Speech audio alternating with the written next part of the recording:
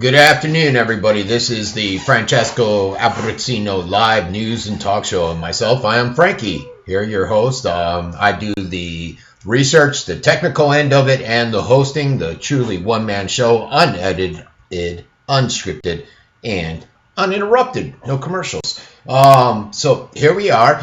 Had a busy day today, a lot of news out there. I have the phone line down now. I may bring it up later. For now, it's down. Hopefully you're watching me from my website, the francescoabbruzzino.com, which is on the banner right there at the bottom. If you're not, you can go there instead of YouTube, and you can also see old videos, old interviews, all that good stuff, the latest in the news that's out there. We have a store, which everything purchased from there goes to the operations, funds this operation. The other thing is a reseller. I'm now a reseller for Infowars.com. There's a banner on there. Just click on it and it'll give me credit. And you go there and buy your iodine or your male infertility stuff, whatever you're looking for, shirts, hats, etc. I think we got a good solid show for you today, so we're going to go ahead and get started. This is, if you're new to the show, and I would say this because my numbers are upticking. I think I put out on the page the other day where one of my shows got out to over 18,000 people. So you're starting to see the uptick. It is national. It is international. And I can do that because my sister's watching Italy, but it goes beyond that according to my demographics. Educate. We're here to educate you. Not saying that my point of view is correct. Not saying what I put out is correct. One day I'll put out that Obamacare is great. The next day I may put out something that says Obamacare is horrible. The idea is to get enough information out there in the information war so that you can make a informed decision on what you would like to do, the direction you would like to go in. Hopefully this show inspires you to get up and look at new directions. Maybe if it's on vaccines, look at possibly not vaccinating your child, and get out there and make a change for within your life for the better, within the local government, county government, state, or federal, however you want to view that. So let's go ahead and get started. I'd like to start off with some inspirational video in the beginning if you're new to the show. So here we go, and enjoy.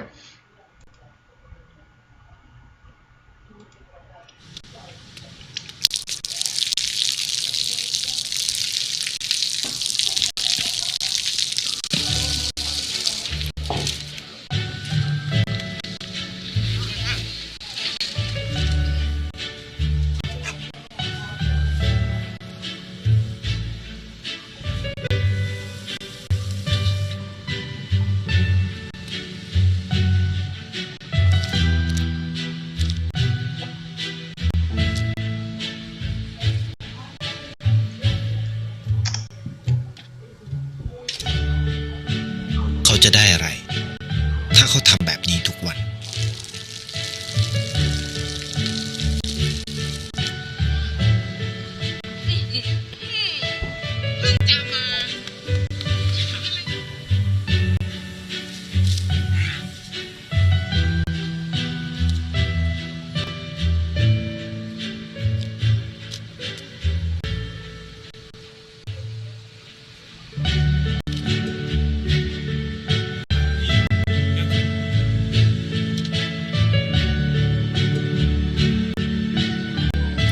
เขาจะไม่ได้อะไรเลย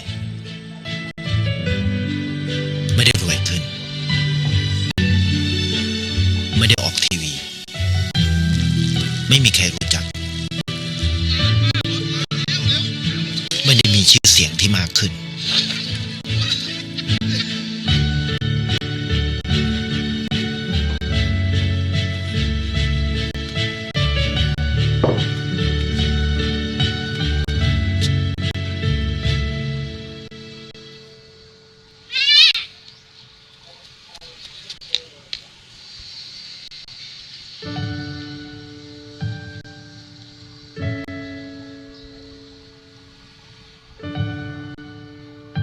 เพราะสิ่งที่เขาได้คือได้แค่ความรู้สึก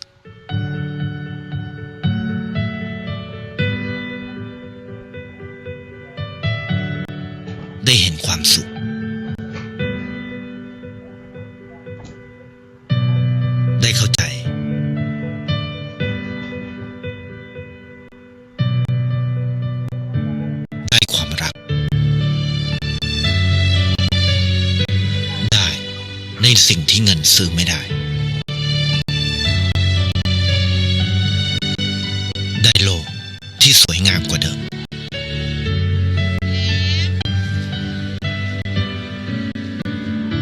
ในชีวิตคุณอะไรคือสิ่งที่คุณต้องการมากที่สุดไทยประกันชีวิตเชื่อในความ How about that? I just said that was inspirational, wasn't it? It just shows you what we all say karma. Going out there and doing what's right. You may not be recognized for it. You may not make money off of doing it, but you're going out there and you're helping someone. And this guy is benefiting with their emotions, their happiness, their love, and I think it's truly inspiring. You know, my wife is she's pretty active on going out there and doing a lot of the good things out in the community. And I've mentioned before on the show about how she went out on Christmas and now she's doing Easter baskets, and we have Easter baskets all over the house here. She's bringing them out tomorrow. She's going to be running around. I think she's being helped by one of my buddies, his wife. Basically, they're bringing all these baskets and all these goodies out to Spark. Spark is to help women of domestic violence, women that have been in a tough situation within their household, and they may or may not have children, and Spark goes out there and helps them out. So they put it out there. My wife came up with a good idea to have the parents come in and put the baskets together themselves. In addition to that, Lisa thought, hey, you know what? It's great that we're getting all this for the kids, but sometimes the parents, it's nice to help them out. So she went out and bought them some razors and other things that females need. And, you know, she's doing all that. Nobody's going to know Lisa was so involved in it. Some people that have given her stuff know that my wife is involved in it.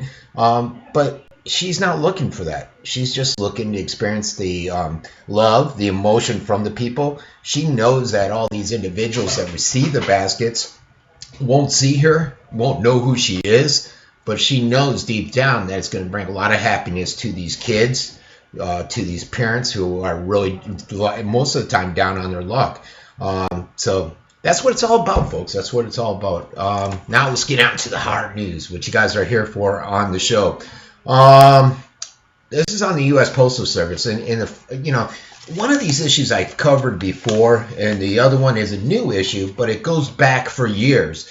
And I just don't think people realize that it's occurring, what I'm going to cover.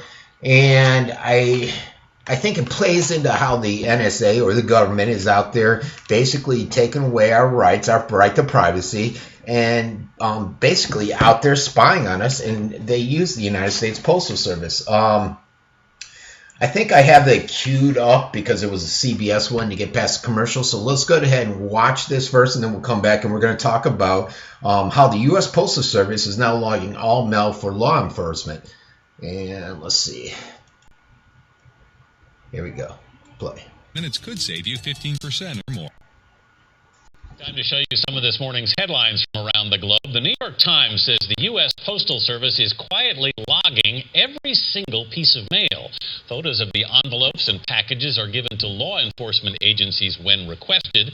It started after the anthrax attacks in 2001, but mail is not opened without a warrant. The Financial Times says South Korea is offering to renew talks with North Korea about And the South Korea thing just crept in there. I was distracted. But so basically, they're out there going through your mail. And what this story brings up is this is on the rundown. And this is on a guy basically where will the spying of American citizens ever stop? It's about to expand even more, and it's starting to get creepy. Here's another story of how the privacy is being violated.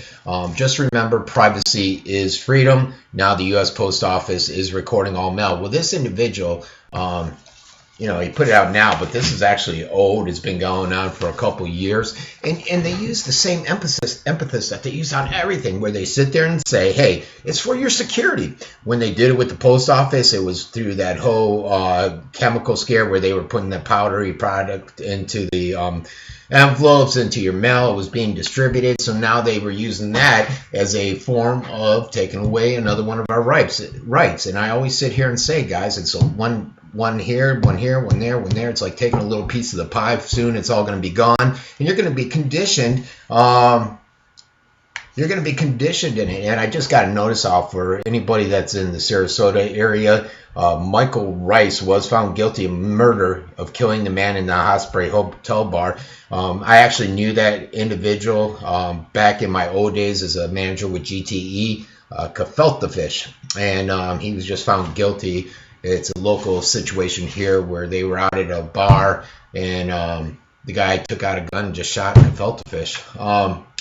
Sorry, that alert just popped up, and I thought I'd share it. Anyone in the Venice, Sarasota market that remembers that incident.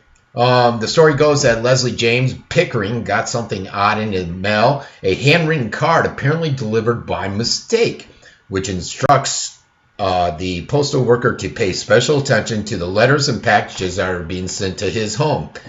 Show all the mail to the supervisor for copying prior to going out in the street. It also had a Pickering information and type of mail that they needed to monitor.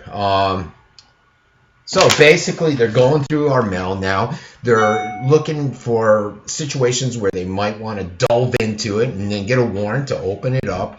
And it's funny because I experience this a lot when I'm getting mail from Europe, and it makes me wonder if they're doing this while in Europe. And even here, my sister sent me stuff. It seems like my things always, they all got to go through customs. That's a given. But it seems like all my stuff always got targeted to go through. And what sucked about it is it would cost me like 40 euro or $55, $60 when I was in Italy. And they would go through everything. I used to receive a lot of packages, and I did this because we would order English products from England, or the United States would send stuff there. And constantly, even my belongings when I moved there, I had to pay 2,000 euro to have them go through my whole crate. And I don't know if I've been tagged or what, and it happens when my sister sends me stuff where they go through my boxes there too. Now in America they don't charge me for doing that, but they definitely do in Italy, which I remember one time my daughter ordered $10 worth of books from England on Amazon. They come over, next thing I know, I'm paying like 50, 60 euro because they decided to open the box because my name was on it. U.S. Postal Service joins in federal ammo purchases. I've shared this with you before when they put out the list for the purchase. Somebody else has just put that story out again today. Tuesday, it was from Cheryl Chumley, and she's with Newsmax.com. This is actually an old story. Says that the U.S. Postal Service is on the list of federal agencies seeking to purchase what some Second Amendment activists they're referring to it as a form of gun control, a violation of their Second Amendment right, where it's not, but it's a form of it where they're restricting the amount of ammunition that's out there. How are they doing that? They're having all these federal agencies go out and purchase this mass amount of ammo, such as the post office. Now, the post office really does not need ammunition. What do they need ammunition for? It says earlier this year, the USPS posted a notice on the website under the heading Assorted Small Arms Ammunition. And they intend on soliciting for proposals. And then the story goes into talking about a lot of the federal agencies that are out there purchasing and buying up a ton of ammo. I own a gun, and I know I've heard through my gun store that ammo is at short supply. Now they're saying it's getting better, but we have gone through some supply issues on ammo where they had to limit the amount that you could purchase. It's widely reported that ammo purchases have sparked conspiracy-type affairs among gun owners who worry that the federal government is trying to crack down on their Second Amendment. And it's not just the USPS. Here's some more for you.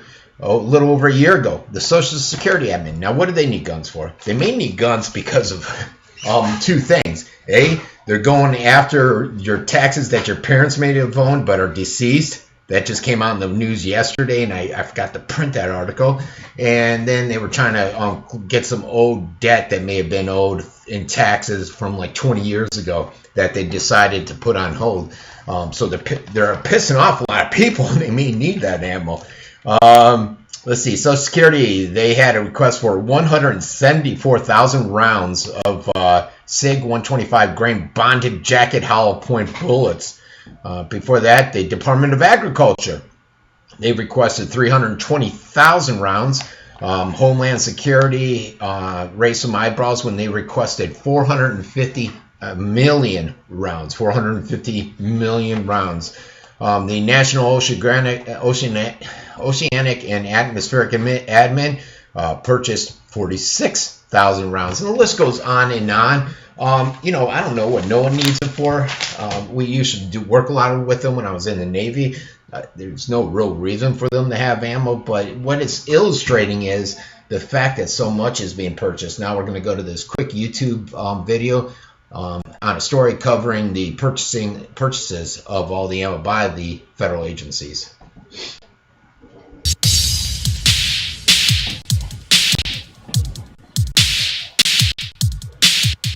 What is the story behind all these federal agencies that keep attempting to purchase small arms and ammo? I'm Ben Swan with your Truth in Media Moment video. Thanks for watching. We've told you about these issues before, with DHS and Homeland Security making huge purchase orders for ammo. But this latest one is coming from the U.S. Postal Service. January 31st of this year, the U.S. Postal Service posted a solicitation to purchase assorted small arms ammunition on the federal government's Federal Business Opportunities website, fbo.gov. The solicitation is structured to begin a bidding process for the purchase of guns and ammo. So why is the U.S. Postal Service soliciting orders for small arms ammo? Well, obviously the agency hasn't explained the why behind their attempt to purchase ammo and guns. But consider this. The USPS has been posting $1 to $5 billion quarterly losses for years. In 2012 alone, the USPS lost a record $15.9 billion. Now, the USPS isn't alone in its desire to purchase ammo. The U.S. government's been purchasing firearms and ammo off the market at an alarming rate. Multiple federal agencies have recently bought billions of dollars worth of firearms and ammunition. These agencies include the Department of Homeland Security, for instance, the Department of Education, the IRS, the Social Security Administration, and there are more. Now, some believe the feds are stocking up for civil unrest. There's no actual proof of that, while others say they believe the feds are attempting to take as much ammo off the shelves as possible to prevent that ammo from going to the public. Again, we don't know for sure. But what we do know is simply this. With the national debt at $17.3 trillion, at the very least, this is a fiscal sanity issue. Why would we allow the feds to waste taxpayer dollars buying up huge amounts of ammo for agencies that have no need for them? It's not their money they're blowing on ammo, it's ours. Come on, lawmakers, those of you who talk about the need to control spending, when are you going to stand up to this kind of taxpayer dollar waste? You can find stories that affect your liberty online. All right, so that was, I think he summed it all up there, and he actually hit one point that I have mentioned in the past, but I missed on this one, is a lot of people are concerned, a lot of the conspiracy alternative news folks out there are concerned about a buildup of forces for domestic unrest. Why would there be domestic unrest? It could be the financial markets. A lot of people are very concerned there. It could be if austerity is ever introduced here, because the dollar is no longer the reserve and we actually have to start paying instead of printing money. There may be some unrest, just like not unlike what we're seeing in Brazil, Venezuela, Chile, Italy, Rome, Greece, Spain, all over the place, Ukraine. Ukraine is a mixture of getting rid of the government, a lot of issues there with the overthrowing, which I've been covering, but also the austerity that's coming in. Like I've said many times, the IMF bailout is there to help the bankers and the corporate entities out there. It's not to help the common folk at all. Let's not be mistaken by that. They are not going to get too much help from this IMF bailout. This next one is, again, it's not really law enforcement. It's more of just this is a individual. Wait, no, this is it is a law enforcement of sorts, I would say. It's a cop who has mercilessly doused peaceful seated protesters with pepper spray. Let me see. It's a YouTube one. And you guys may remember this. It goes back to 2011, where there were some protesters. It was peaceful. They were just sitting there. Let me silence it, because I could talk over it, basically. So he's out there just pepper spraying all these guys with as they just sit there. UC Davis Let's turn the volume on. Pepper-sprayed protester says he deserves money. John Pike, seen here in this exclusive CBS 13 video from 2 years ago, pepper spraying those Occupy protesters, has applied for workers' compensation. The Davis Enterprise says Pike is seeking compensation because of a so-called psychiatric injury. Pike's hearing is set for next month. All right, and the irony behind this is he actually got it. He won it. He won his suit, and he's getting the workers' comp. The University of California, Davis, a tax-funded college, will pay the fired assailant $38,056 to ease his emotional pain and suffering that was brought on from spraying these innocent protesters. They weren't out there causing a ruckus. They were just basically sitting down, and I don't even remember what they were protesting.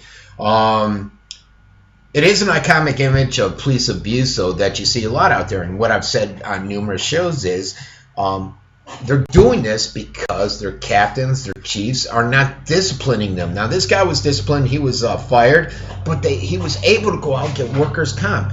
He's also... He's going to get his retirement, I think it said in here. Pike, pepper spray, blah, blah, blah. He remains entitled to retirement credit for his years on the service. When he was fired, he was put on a paid leave for 8 months where he collected his salary of $121,000. But even though they did get rid of him and they did the right thing, because obviously he did not act in a professional manner that he should have, a lot of times it goes out, and I preach this all the time on the show, that a lot of the officers, not all of them, 99% of the officers out there are professional. They do a great job. They're committed to making a safer and better community. You do have these odd ones out there, though, that are going out and doing stuff like that guy in Albuquerque that shot the homeless man in the back. Then you have a chief, like the one in Albuquerque, that comes out and says he did nothing wrong. Forget the video that was out there. Forget the fact that it was all caught on tape that the guy shot him when the individual was just basically sitting there. Forget that he stuck the dog on him. And then we can even cover the Dells cases yesterday, where we had a couple Dells cases where if a camera wasn't rolling, the cop would have tried saying, "Hey, I didn't do anything." And I think I actually have a case on here today of a border patrol. There's a border patrol that basically has caused an accident, and then he tried to blame the other person, not realizing that his own webcam was on and captured it all. So, you have that where they think, okay, I'm an officer, I'll just blame the guy there, and I'll get off of it, even though it was my fault. So it's a little ridiculous, and until we crack down and start disciplining these officers, they're going to continue to abuse the system and go out there and act in any manner they want. And we really need to get control of it. Immigration. We have, I don't know why Bundy's right here. Hold on one second. This is Bundy. Here we go. Legal immigration. Not sure how it crept down to the bottom there. All right. This is on set. First, we're going to play Sessions. This was just the other day. Let's pull it up real quick. And let's see. Sessions. All right, I think this is Senator Sessions. I think he's a senator.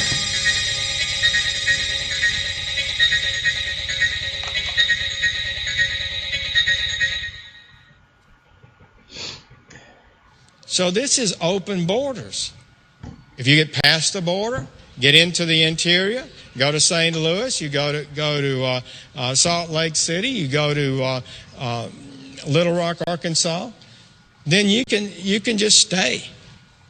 It just cannot be the policy of a nation who expects its laws to be respected, that if you can get past the border or if you can get a visa into the country and overstay, nobody is going to have any intention of removing you or enforcing the agreement you made. Attorney General Holder and Cecilia Munoz, who's the President's Chief Director, Policy Person on Immigration, who used to be with La Raza, they've described amnesty as a civil right.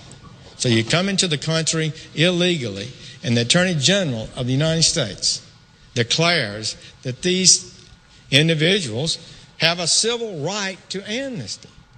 How can this possibly be? The chief law enforcement officer in America? Vice President Biden recently said, quote, "You know, 11 million people living in the shadows, I believe they're already American citizens." Teddy Roosevelt said it better. He said, "Americanism is not a question of birthplace or creed or a line of descent. It's a question of principles, idealism, and character." These people are just waiting for a chance to be able to contribute fully. And by that standard, 11 million undocumented aliens are already Americans. Goodness. The Vice President of the United States would make such a statement? It's stunning beyond belief. Apparently, somebody whose visa was up and they were due to get on an airplane yesterday, and they read the Vice President's statement. They say, well, I'll just stay. If I go back, I'll have to wait in line. I'll have to compete within the system like everybody else that comes lawfully. But I'm here. I'm just not going to leave. Is it any wonder why we're having more people staying, as the Border Patrol chief said? 2/3 of all ICE removals last year were border apprehensions. 94% of the people removed last year, get this, were either apprehended at the border, which is not a true deportation, or were convicted of a crime while in the United States. So 99.9% of the 12 million illegal immigrants and visa overstays without known crimes on their record, including those fleeing from authorities, did not face removal last year. All right, so, and you know, it's that number, the 99%, that upsets a lot of us. And like I've said many times, I'm a first-generation Italian-American. My dad came here legally, and I expect others to, and I don't buy into this whole amnesty thing. I've beaten this horse to death on amnesty and some of the concerns I've had on it. I just thought it was interesting what Sessions was saying. I thought it was ridiculous what the VP stated, that they're already Americans. And then you had the Attorney General out there, too. That's it's just ludicrous what the Democrats are doing. And what they're doing is they're trying to get this amnesty just to build up their voter rolls, I think. Here's another one. Illegal immigrants flooding U.S. facilities, claiming incredible fear for life. So they know, I guess the word's gotten out there, if they claim this, that then they won't be sent back. A recent trend along the Texas southern border involves illegal immigrants flocking to the U.S., turning themselves into the Border Patrol, and then expressing credible fear for their lives. Apparently, word spread throughout South America, and now they're beginning to see a flood of South American residents, citizens, coming into America and claiming they fear for their life. The newly popular practice is straining the federal resources, causing detention facilities and asylum offices and immigration courts to be overwhelmed, as if they weren't already overwhelmed. Hence why they're probably releasing so many of the immigrants that are busted for crimes. I can't remember the percentage. I put on it a couple weeks ago on a show where they were releasing something like it was a high percentage, like 75% or something like that, back into the streets after they got busted for a crime, and then they weren't notifying the victim or the local law enforcement. Sylvia Longmire of Breitbart, Texas, contributing editor and border security expert, said, while historically most illegal immigrants haven't been aware of their legal option to request a credible fear interview and likely remain in the U.S. on supervised release before their hearing, word is slowly spreading. Border agent Chris Cabrera told the New York Times, word has gotten out. We're giving people permission and walking them to the door, so they're coming across in droves. So again, you know, the Democrats are out there saying, hey, we want this new amnesty and we're going to control the borders. They're not going to control the borders. They're going to find workarounds like this. Workarounds like this to get around any border fence that they want to pull it up, any extra militarization of the border guards that they want to set out there. They're going to find a way to get more and more of the immigrants over into illegal immigrants over here. And then they're going to, in the meantime, have millions of illegals on the voter roll so that they can start voting Democrat and they can continue this socialist plight, that the socialist road that we're going down.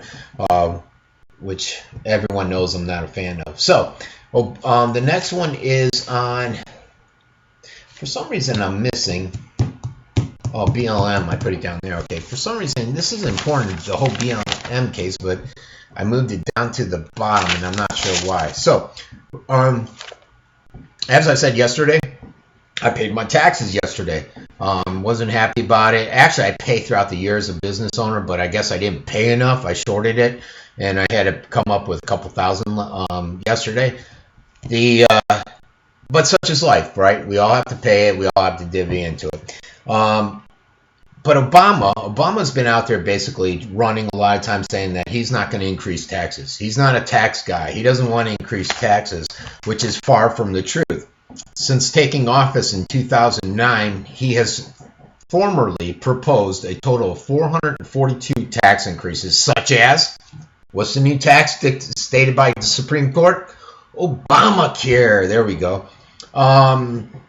This is it. In 79, he increased it, or in 2010, he increased 79 tax increases, 52 in 2011, 47 in 2012. During 2013, when it was a campaign year for him for the election year, only 34. But after that, 2014, 137, 93 in 2015. But it is ironic how when he was running for president again that suddenly the tax increases weren't there, only 34. In addition to the 442 tax increases in the annual budget proposal, the 20 signed into law as part of Obamacare, and the massive tobacco tax hike signed into law on the 16th day of his presidency. Men's Health in 2009 asked about his idea of a national tax on soda or sugary drinks. The president said, "I actually think that's an idea that we should be exploring." With CNBC, an interview with John Harwood in 2010, Obama said a European-style VAT tax was something that would be a novel idea for the United States. So this guy's all about taxing. He wants all that money into the government. He can hire on more employees. He can give out more entitlements. Bring all the money he wants. He wants to just gather it up. It's getting ridiculous, people, and I'm starting to really get concerned. If I wasn't concerned a month ago, I'm definitely concerned now. It's just getting worse and worse with this guy. All right. As everybody know, I've been covering Ebola. This next one is about 3 viruses that are out there. Ebola. We obviously know about that. I've been covering it extensively. I think I actually was covering it before major media even picked up on it.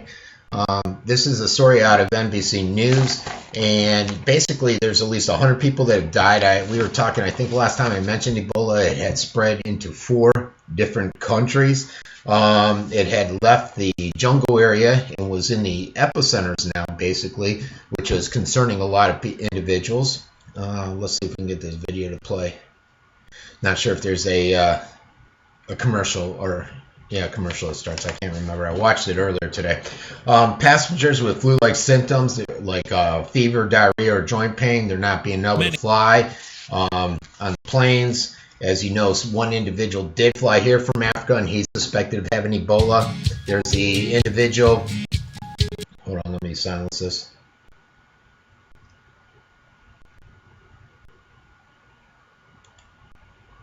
Oh boy, we're having technical difficulties here.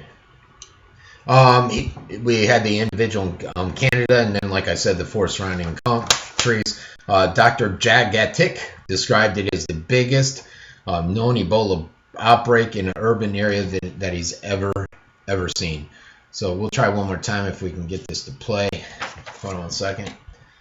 The other one, while this is keying up, is in Saudi Arabia. A foreigner has died from MERS, while 8 people, including 5 health workers, have been infected in the Saudi city of Jeddah, where the spread of the coronavirus among medics has sparked panic in Saudi Arabia, bringing the nationwide toll in the world's most affected country to 68. The announcement comes days after the panic over the spread of the virus among medical staff. Medical staff led to the closure of the emergency room. Let me silence it. The MERS virus is considered a deadlier but less transmissible cousin of the SARS. Many of the world's medical professionals, especially in the fields of infectious disease and public health, are focused on what's feared to be a major outbreak of one of the deadliest diseases to the planet, the Ebola virus. In recent weeks, it has spread quickly in West Africa, killing more than 100 people, raising concerns it could move quickly beyond there and pose an even broader threat. Our report tonight from our chief foreign correspondent, Richard Engel. Health officials are taking no chances as they race to contain an outbreak of one of the world's deadliest viruses, Ebola. There's no cure or vaccine, and for the first time ever on this scale, Ebola has broken out in an urban area. In Conakry, the capital of Guinea in West Africa. Population 2 million. Dr. Tim Jagatic from Doctors Without Borders works with the infected there and spoke to us today by phone. In the urban area, we obviously have more possibilities for more contact with people moving around different parts of the city, people leaving the city, moving to different parts of the country, possibly even leaving the country. Ebola is not easy to catch, transmitted only from direct contact with blood or saliva. It's highly lethal. The World Health Organization is very concerned. This is one of the most challenging Ebola outbreaks that we have ever faced. And the reasons why this is one of the most challenging outbreaks is that first we see a wide geographic dispersion of cases. More than 100 people have died in this outbreak. It has traveled quickly, starting just weeks ago in a remote jungle of Guinea, spreading to the capital and crossing into Liberia and Sierra Leone. Authorities in Guinea have sealed its borders with those countries. In Conakry, medical officials have set up isolation units and are screening in airports to prevent the virus going global. What are the chances it could spread to the U.S.? It would be extremely unlikely that there would be an outbreak in the United States just by the very nature of how this virus gets transmitted from one person to another. But experts in Guinea don't even know if the virus is contained or is still spreading. Although health officials do not expect Ebola to spread to the United States, this shows, Brian, we increasingly live in a global village. You know what? And the key word there is spread, folks. There was, as I said, and I reported on last week, one individual that came out of Africa. He flew into New York and then, I believe, if memory serves me right, hopped a plane over to Minnesota, and he's been suspected of having this. Like I was talking about, they said it's less transmissible cousin of the SARS virus that's erupted in Asia in 2003 and infected 8,273 people, with 9% of them dying. The reason I mentioned that is they just some news just came out, and I haven't put it out there yet, where 2,000 missing vials of the SARS disease is out there. The SARS infection is misplaced. They don't know where it is. This is a lab over, I think it was in Europe as I was looking at it. So, again, keeping on track of this Ebola. If you haven't caught on to this yet, and if you're new to the show, I should have mentioned it too. The idea behind this alternative news network is to introduce you to a different side of a story, or stories that you would never see in major media, because major media, the national news has their half hour, unless you watch CNN, and usually CNN, Fox News, they show the same stuff almost every half hour, it seems like. And they just recycle a lot of it, regurgitate it. The papers aren't going to pick up a lot of this stuff, so and they don't. So what the goal is just to make you aware, bring about your awareness on a lot of these issues that are out there. Ebola, I was on top of that. Ukraine, people will tell you about a week prior to that whole thing, I was on top of it before it was really even being mentioned in major media, and that was because of some of the leaked phone conversations talking about how America was funding the militant rebels or the protesters, in addition to discussing putting in a puppet government. The next thing is this is MSNBC. A lot of people claim that they basically have a office that's right there in the White House because they're so biased to the left, which is almost the same as Fox News, which is biased to the right. So you have it on both directions. This one is on this guy sorry, this is on an individual, frequently turn to race to explain away society's ills. This is on Chris Hayes. He cried racism on the topic of state Medicaid. Yes, you heard me right. They're saying that state Medicaid has not spread in certain states due to politics. To me, the thing, and I actually have to, let me be honest here. Okay. The racial prism I use to analyze American politics has grown sharper and I think in some ways more pessimistic in the Obama era. I will cop to that unquestionably. Like I do see things more thoroughly through the prism of race. I think that's been foisted upon me by the facts in some way. And one of the most clarifying fights for me has been this Medicaid expansion, because it really does feel like if you look at the map, the map of the states that aren't expanding Medicaid, like you see the heartland of the country that is a very red, and then you see that region that's got a similar part to it that is basically the South, that is the Deep South, and that's a region of the country in which the Medicaid recipients are predominantly people of color. And that fight to me, that feels like one of those fights where I'm reading race in, no one is calling it racial, but when I look at the statistics and when I look at the fact that Kentucky and West Virginia have expanded and basically have no black people, I cannot help but see race in that fight. That guy should be, I mean, what an affront. Well, you know what? He's basically dictating what MSNBC dictates on everything out there. Come on, folks. Look at the map. You can't sit there and say it's because racism, because Medicaid's not growing. There's a lot more behind Medicaid in the financing of it. Just a lot more variables besides just saying, oh, they're not expanding it in the South, so it's racism. I think there might be more African Americans in Michigan. I lived in Detroit, and there's a lot more up there than there are down here. So wouldn't that be racist? Yet they implemented it and moving forward with Medicaid. So this guy's just a joke. I'm sitting here wondering why I even covered it. I don't even know why I covered it. But we gave him his few seconds out there to go ahead with his racial statements, saying that it's all Republicans. Basically, what he was trying to kick out is that the states are ran by Republican governors and Republican senators or congressmen and legislators, everybody, and basically they're not moving forward with Medicaid because they're racially divisive. And I don't know if I'm buying into that. I can tell you I'm definitely not buying into that. Okay, now over to BLM.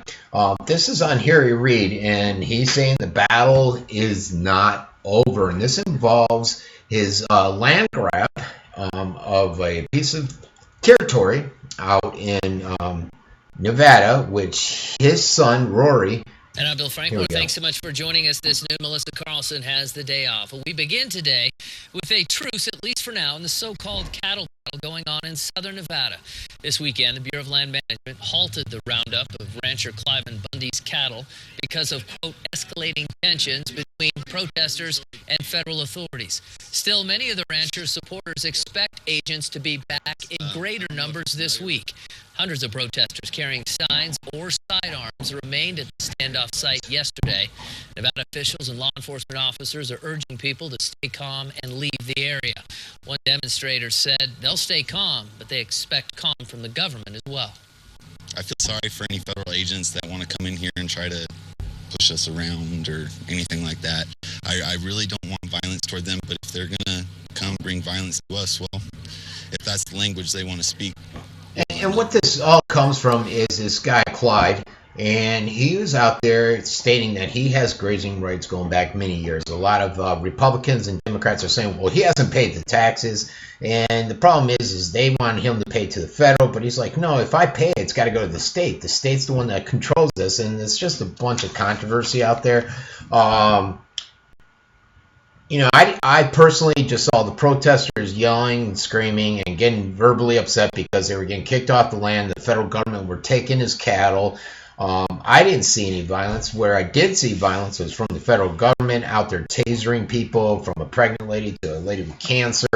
And why are they doing all this? Well, it's come out that Senator Harry Reid has his hands in it. About 2 years ago, his son, who's with a prominent attorney, attorney firm, Rory, was out there and working to negotiate where the Chinese government would come in and put up some solar, what was called? Chinese energy firm that has been working to remove Bundy from his home in order to install solar power panel power stations throughout his area. They even 2 years ago mentioned Bundy's. They mentioned how they can't get him to leave, and you got all these documentation out there. Now, a lot of people are saying, well, that was a year ago they gave up on it. Well, they gave up on it because they couldn't get Bundy off. That doesn't necessarily mean it's dead in the water and that they're not. I mean, obviously, they're actively out there. And as soon as Harry Reid's name was brought up and the fact that these documents were out there and discovered, next thing you know, the federal government, the BLM, was backing off. This was all made due to InfoWars. They reported about it. Reid's former senior advisor, is also in charge of the BLM out there in Nevada. So a lot of people have concerns out there. Despite multiple attempts by the BLM to regulate Bundy off the land, his family has worked on for 140 years. In one instance, claiming Bundy was harming the endangered tortoise that the agency itself was killing in mass. And a lot of people will say that the grazing actually helps the tortoise to thrive out there.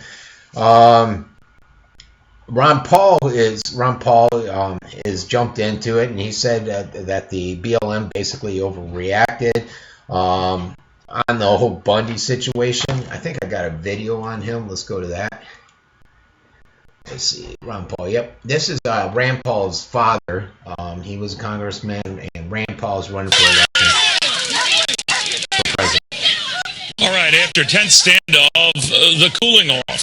The federal government may be backing down from its fight with a Nevada rancher over grazing on government land, but Ron Paul says that this clash could be an early illustration of things to come. The congressman joins me on the phone. Explain what you mean by that. Well, I guess you can go either two ways. I'm hoping this is very positive of things to come where the people stand up and object to the federal government's intrusion into our lives and everything that we do. And when the people do get together and stand up, I think governments will be forced to back down. But the other thing is governments don't give up their power easily, and they may well come back with a lot more force like they did at Waco with the Davidians. So I don't know which way it's going, but so far so good. I was delighted that they got through those couple days and there wasn't any shooting and no killing, because I really encourage, the demonstration against unfairness by our government, but I'd like to see it all nonviolent, and that weekend turned out so far to be a good step. But people are very angry, to your point, Congressman. You hope it never comes to violence or to blows, but that's a very, very slight trigger, and it seems to be playing out across the country, different volatile spots, whether it's over illegal immigration or whether it's over health care, it's whether over shout-downs at health care forums and the like. It's palpable. How do you sort of cool things down? Well, that's the great fear, and that's going to exist, and it's probably going to get worse, especially if a financial crisis gets much worse, which I anticipate. But I think the only way you combat this long term is to try to get people to understand why the problems pop up, why we have our economic crisis and arguments over foreign policy. But in this case, it's who should own the land. In Texas, we went into the union, all the land was privately owned, all the resources were privately developed, and this wouldn't happen because there's no public ownership. And yet, when they own most of these states in the West, everybody owns it, and nobody owns it, and you're bound to have problems crop up. But they had virtual, ownership of that land because they had been using it. It was conceded that family had a right to use it, but it's not clean enough. I think land should be in the states, and I think the states should sell it to the people. It's worked out quite well in big states as well as all our eastern states. But this whole idea is going to lead to more trouble. The politicians get involved, the management people get involved, the special interests, the environmentalists, gold mining gets involved, the oil people and the ranchers. So you need government. You need the government out of it, and I think that's the important point. So if you don't look at that, you can expect more of these problems, especially when our economy, gets into more trouble And then there's going to be these arguments, and like you point out, the great danger is what is the trigger? Well, why will the anger be directed toward just the enemy when the enemy is really so All right, bad? so there you have it. Ron Paul tapping in on there, explaining his thoughts on the land grab. Just a couple things out there. I think 90% of Nevada is owned by the government, which he was talking about being owned by the government versus private. And the other issue was the First Amendment area. They had those signs up because the BLM came in and said this is a basically a non-constitutional, constitution-free area. And so basically, if you stepped over, if you were on the road and you stepped onto the dirt, you were in a constitution-free area, and they could do with you whatever they will. They were claiming, and it doesn't stop in Nevada. It's happening in Utah. It's happening in this case in 90,000 acres that don't belong to Texas. They attempt to seize the ranch. It's BLM. They removed armed federal agents from Bunkville and near the Bundy Ranch, but another possible land grab. Tammy Henderson has been fighting the BLM for 30 years and appears to be losing. Tommy Henderson is locked in property rights battle with BLM, and they're basically doing the same thing where they're trying to come in and take his land away. Here we go. So BLM added again down in Texas.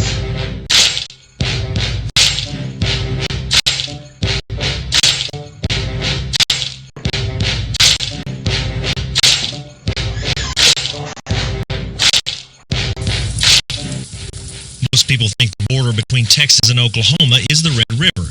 Unfortunately, it's a little more complicated than that, especially along the part of the river where Tommy Henderson and his family ranch. Tommy lost a lawsuit 30 years ago that moved part of the northern Texas border over a mile to the south. The Bureau of Land Management took 140 acres of his property and didn't pay him 1 cent.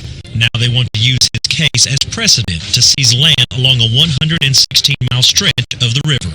But they wanted to take the boundaries that the courts placed here and extend those east and west to the forks of the river north of Vernon and east down to the 98th meridian, which is about 20 miles east of us. BLM, which oversees public land in the United States, claims this land never belonged to Texas.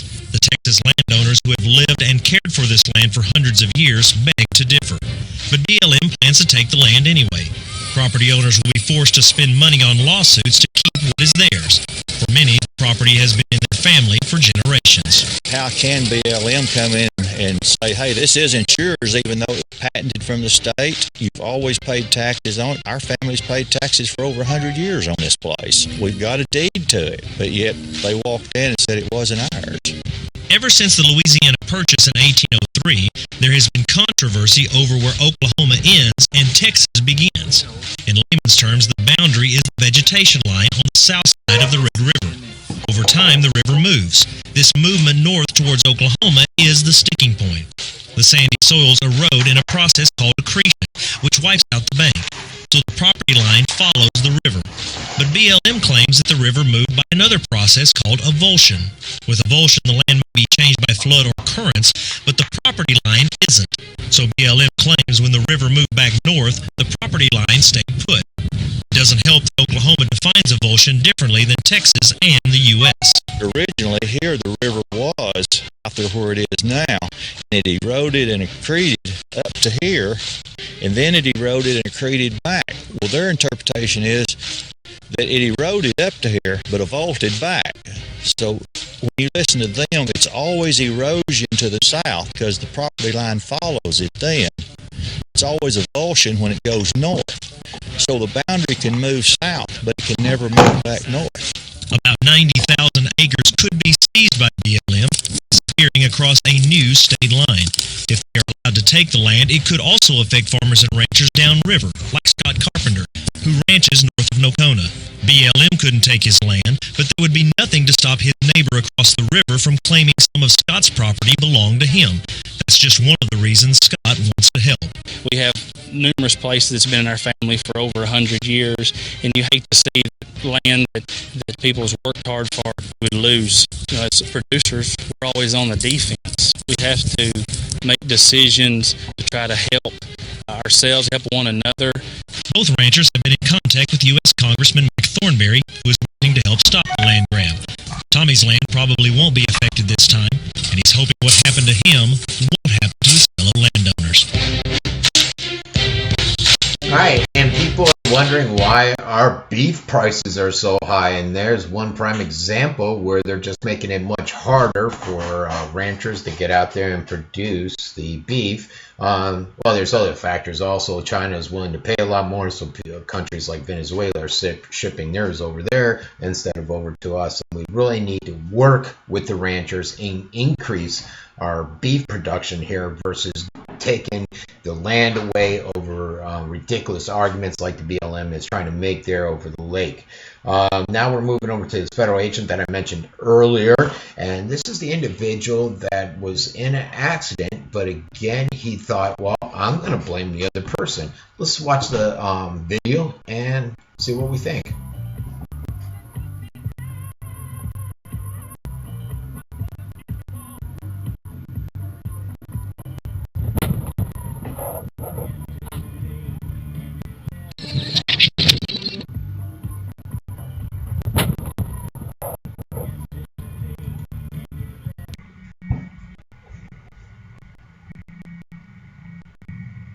It's a green light. The car's just driving.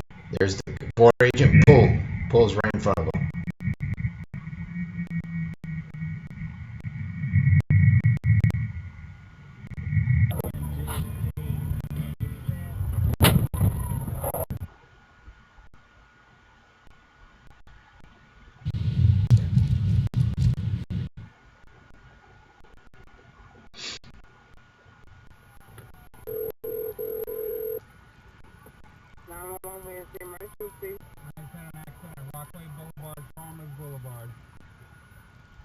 Rockaway Boulevard and Farmers Boulevard. Okay, are you involved in the accident, sir? Yeah, I'm right here. So the individual's calling it in. I don't think so. Okay, how many? We don't need to listen to that boring part. It'll put you to sleep. It's probably worse than watching me. But basically what the border agent did is he came out and tried blaming the other driver for it. And he wrote a ticket. And on here it says at TPO, oh God, I can't even read the writing. But according to the police report posted by Ted, the agent reiterated the same talking points to authorities, telling them that Ted had run a red light. Little did the agent know that the entire incident was caught on a dash cam video that Ted had in his car. So to the agent's surprise, boom, he got busted. Trying to lie, trying to use his authority as an officer of the government to sit there and blame this other guy that was totally in the right. We saw the light was green. He was driving through it, and the guy just decided to pull out right in front of him. So, again, that's why I love the cameras. That's why the Dallas is fighting to get rid of the civilians with cameras and stuff. I love it. A, it protects the citizens, and B, it protects the officers. What if that light was red? What if it was red? Then the border agent would be cleared. But it was green, and obviously that did not work in his favor on this one. The next is the economy. And this is on a CBO. American debt is growing. It's funny. Just before I came on the air, I was looking at the Italian debt and how it was growing. And that story will come out tomorrow. But we have this one here on the U.S. If I can get it to pull up. Let's see if we'll do this one more time. And this is basically covering the new figures by the CBO, Congressional Budget Office, released on Monday, reveal that over the next 10 years, the U.S. debt to GDP ratio will double by 78%. Where's the video going to be? Right there. Let's see if we can get it to go right away. Federal spending on interest payments would increase considerably when interest rates rose to more typical levels. Moreover, because the federal borrowing would eventually raise the cost of investment by business and other entities. Finally, high debt increases the risk of fiscal crisis in which investors would lose so much confidence in the government's ability to manage its budget that the government would be unable to borrow at affordable rates. I don't think we're going to get this. All right, so we're going to pull away from that. But the point here is, it's not even just that. The government's just going everywhere to try to pull for money. And like I mentioned earlier, they're doing taxing where we're going to come up and we're going to tax you for your kid. If you owe previous money, your parents owed money, but they're dead, we're going to come and take the money from their kids. You got Social Security suspends program to collect old debts. Social Security admin has suspended a program which is allowed to seize thousands of tax refunds in an effort to recoup previous overpayments made. Which is, you get it. They're out there to get the overpayments, but the way they're going about it, Senator Boxer issued the following statement. I'm grateful that Social Security admin has chosen not to penalize the innocent Americans while the agency determines a fair path forward to handle these errors. So basically, they're out there trying to get as much money as they can. Just before I came on, the IRS is basically, I forget which city it was in, looking at laying some people off because their returns that are coming in are at a record number low, at a low record. They've received, I think, not even half of what they anticipated because a lot of people are just not paying their taxes. They're fed up with the government. And, a lot of people will sit there and argue that the whole income tax, the whole tax scheme is illegal anyways, and you don't really have to pay it. I was going to go into this whole thing on PE ratios and how the stock is and how to expect a crash, but you know what? As I was going over it, I'm like, if people aren't into finances, they're not going to understand this and they're going to be put to sleep. Bottom line on this is that they're expecting some major corrections on the market basically by this analysis that was put out, and I'm not even going to cover it. I was going to cover it, but we're going to avoid it because I don't think too many of you guys will find it interesting. Next is Italy. Italy, another country, like I said, their debt is huge. I'll cover that tomorrow, but due to that high debt, they're putting a lot of their government properties on sale. Italy is putting an island in the Venice Lagoon up for auction in order to attract international funds. Investors can bid from anywhere. It's online. Aside from Venetian Lagoon, there's a 15th century bastion against the Ottoman Turks known as Gradizica del Lazo near the border of Slovenia, an old monastery. So they have 5 different prestigious properties that they're putting up in an attempt to secure funds to reduce its public debt. And you know what? They're sitting here. They want to reduce their debt, right? Yet the new Prime Minister Renzi is in there telling people that he's going to give them 600 extra euros each month if they don't have a job. How can you do that when you don't even have the money to pay your bills now? You got one of the highest debt ratios out there. I think, I started reading the story before I came on here, and I think they said it's worse than Greece's.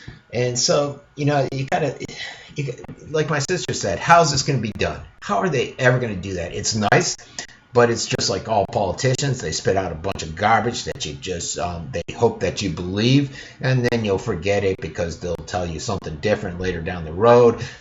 It's a big game. This next one, we're just going to cover some pictures on here. And this is Google. I don't know if you watch Fox News. I was watching it for some reason today on my bike as I was riding, or I was doing the incline at the gym, and they were it was MSNBC, and he had the Google eyewear on there, and they were basically using it, and it looked like it was more of a pain than anything. You had to talk to it, you had to tap in stuff, and it didn't look user-friendly whatsoever, and they were out there just trialing it out. Well, they're going a step further now. Glasses without the glasses, and Google's patented a smart contact lens system with a camera that's built into it. There's the Google glasses, but now they want to put out this contact lens.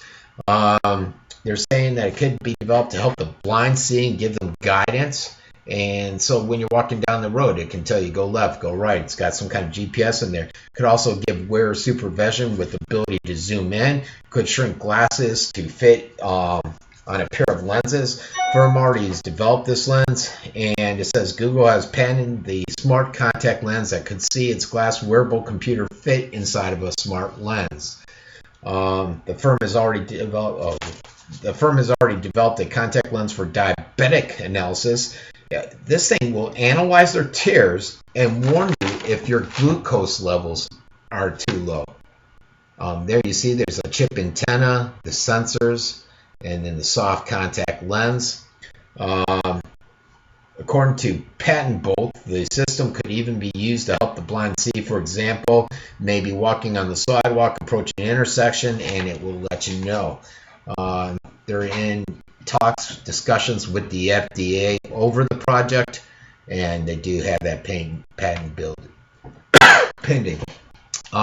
Again, more and more methods out there as we get more and more savvy with our technology, where they're going to be taking away a lot of our different privacies. You already have freaks like me, I can take my iPhone and snap pictures wherever I want to, but now you got these cameras, you got the lenses. Somebody was talking, I saw a news article today where an individual was beaten up because he had the Google glasses on and they thought he was trying to take pictures of them, and they beat him up. So now you got the contact lens out there, and it reminds me of Mission Impossible.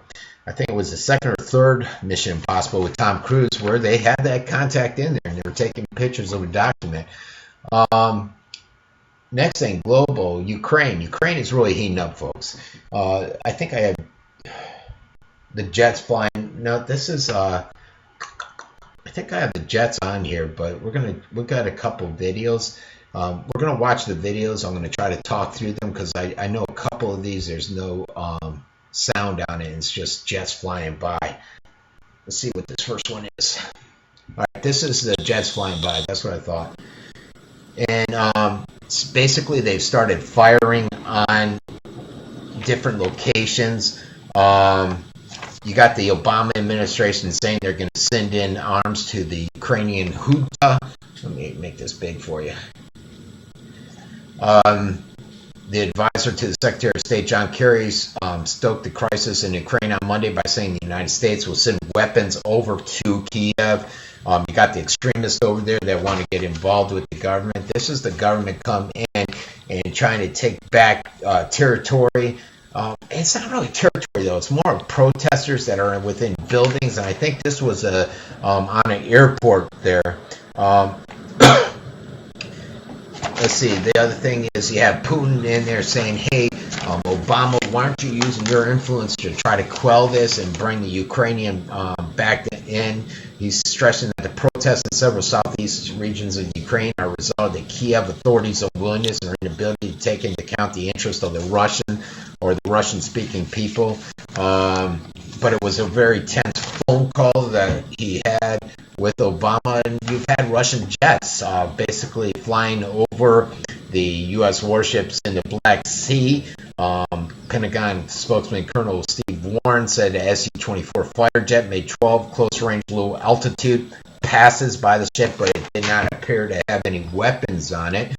And this is that military operation. President Alexander Turchinov has announced a crackdown on anti-government protesters, which he's calling terrorists. He's saying these protesters are terrorists, and with that, he's asking the United Nations to send in forces and help with these anti-government protesters in the southeastern Ukraine, who are basically protesting the takeover of their government, and they don't want to be a part of this newly nationalistic government. Obama has blasted Putin, saying in that tense call that Russia's actions in the Ukraine were not conducive with a country that wants to bring out a peaceful ending to this. Obama told Putin that Kiev has made real offers to address concerns, but about the decentralization of the power and the local government within the country, but that Putin has rejected them. So it's just heating up. And let's see, that's that video. And I got a couple videos I'm going to play here, folks. This is on, we may send the arms over there.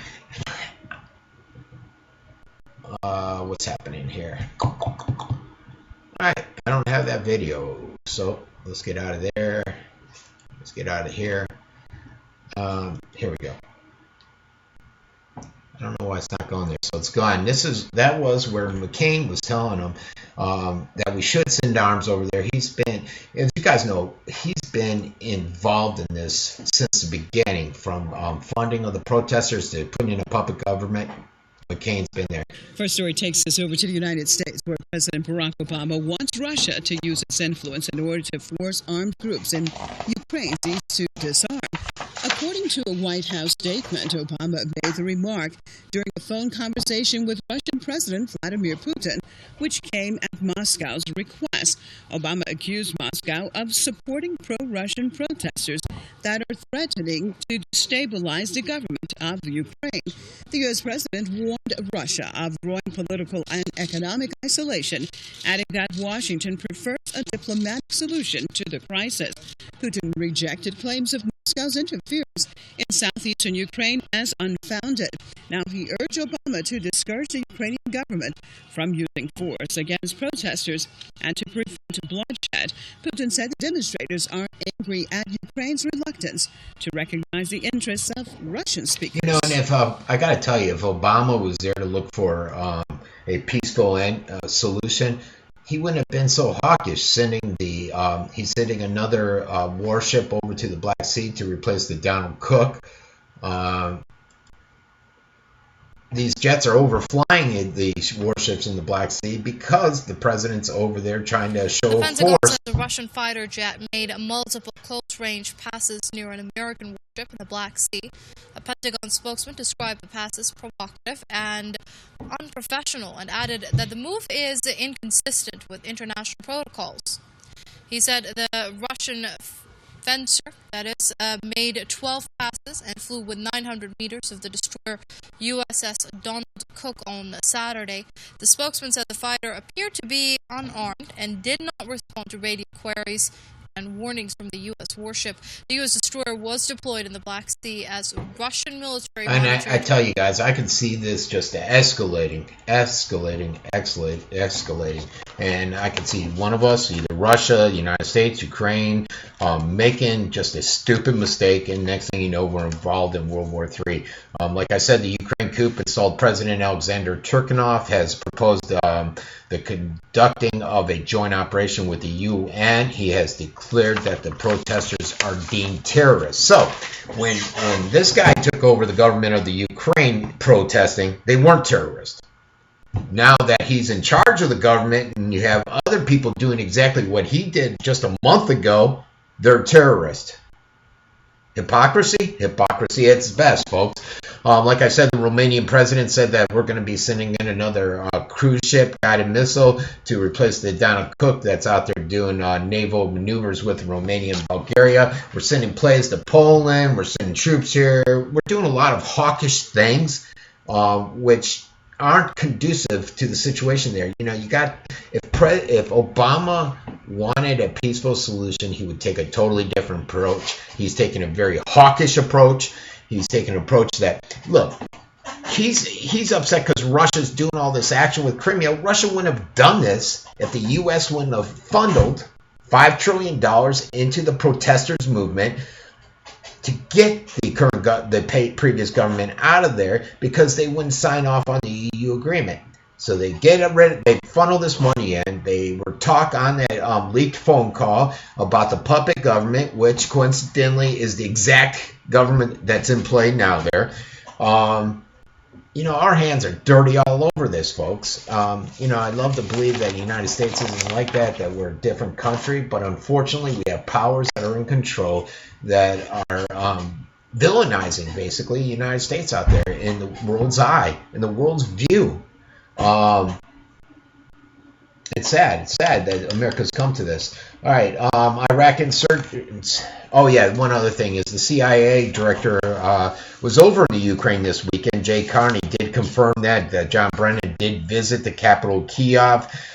Coincidentally, it coincided with the uptick in the violence there from the Ukrainian government. They probably got some kind of commitment from from the CIA director. Also, $100 billion in U.S. treasuries have been withdrawn, and they're wondering if this could be a signal from the Russian sanctions. It's a record. $100 billion has been withdrawn in treasury bills, is raising speculation that the Russian government is pulling their money out of the United States.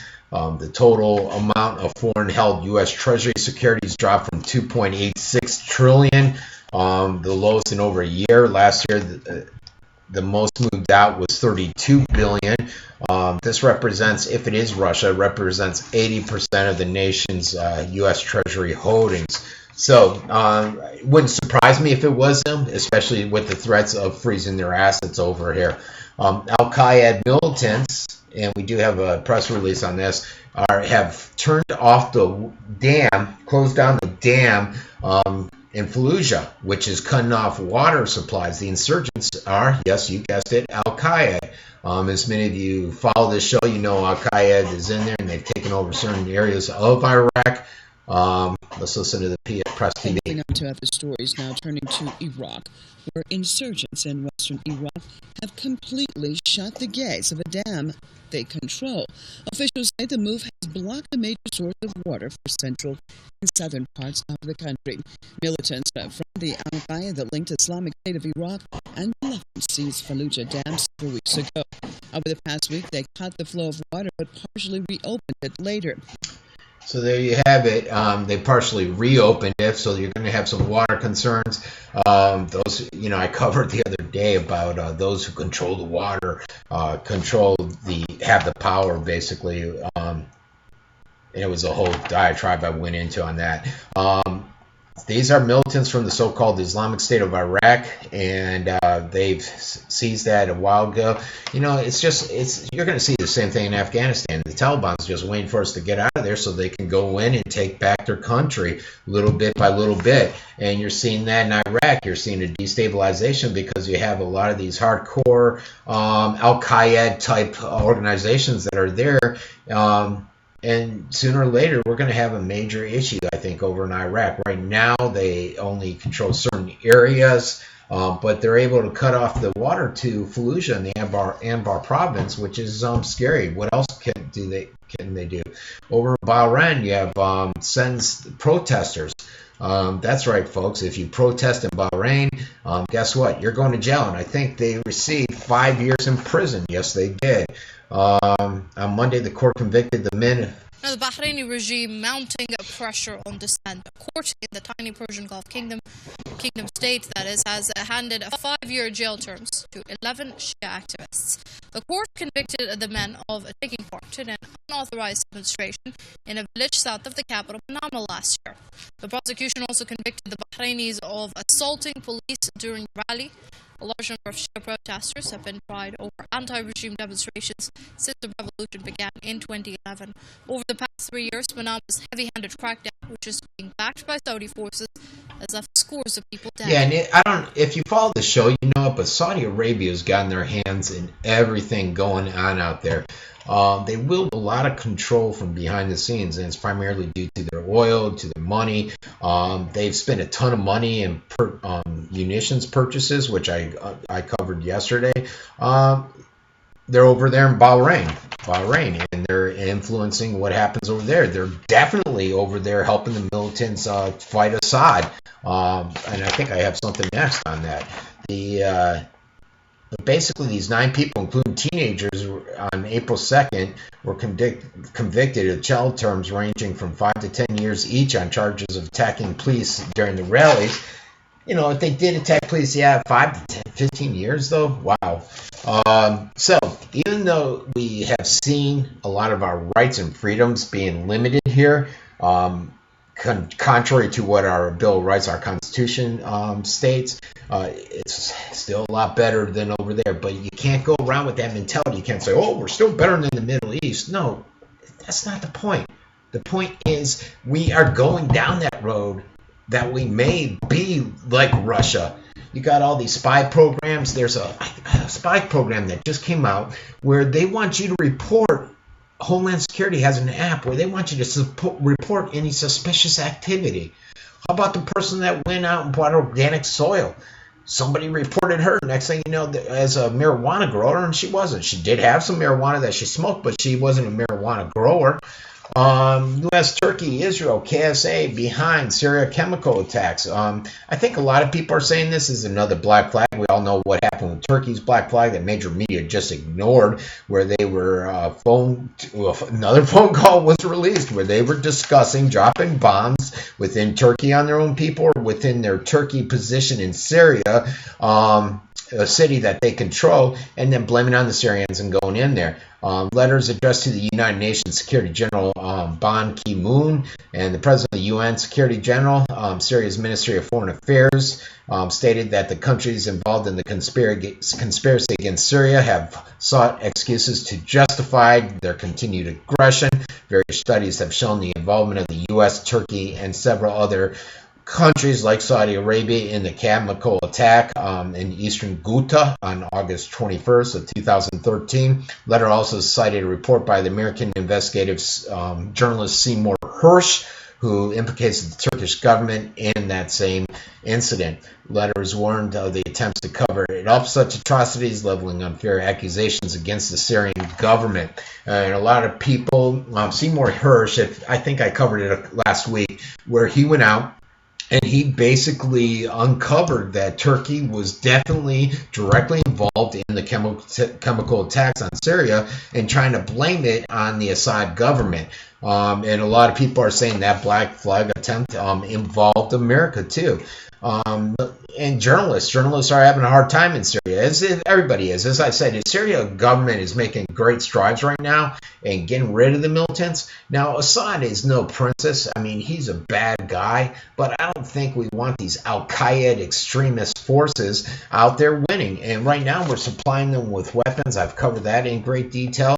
What are they going to do with these weapons after this war? A lot of them are leaving Syria. I've covered that too. And where are they going with all these weapons?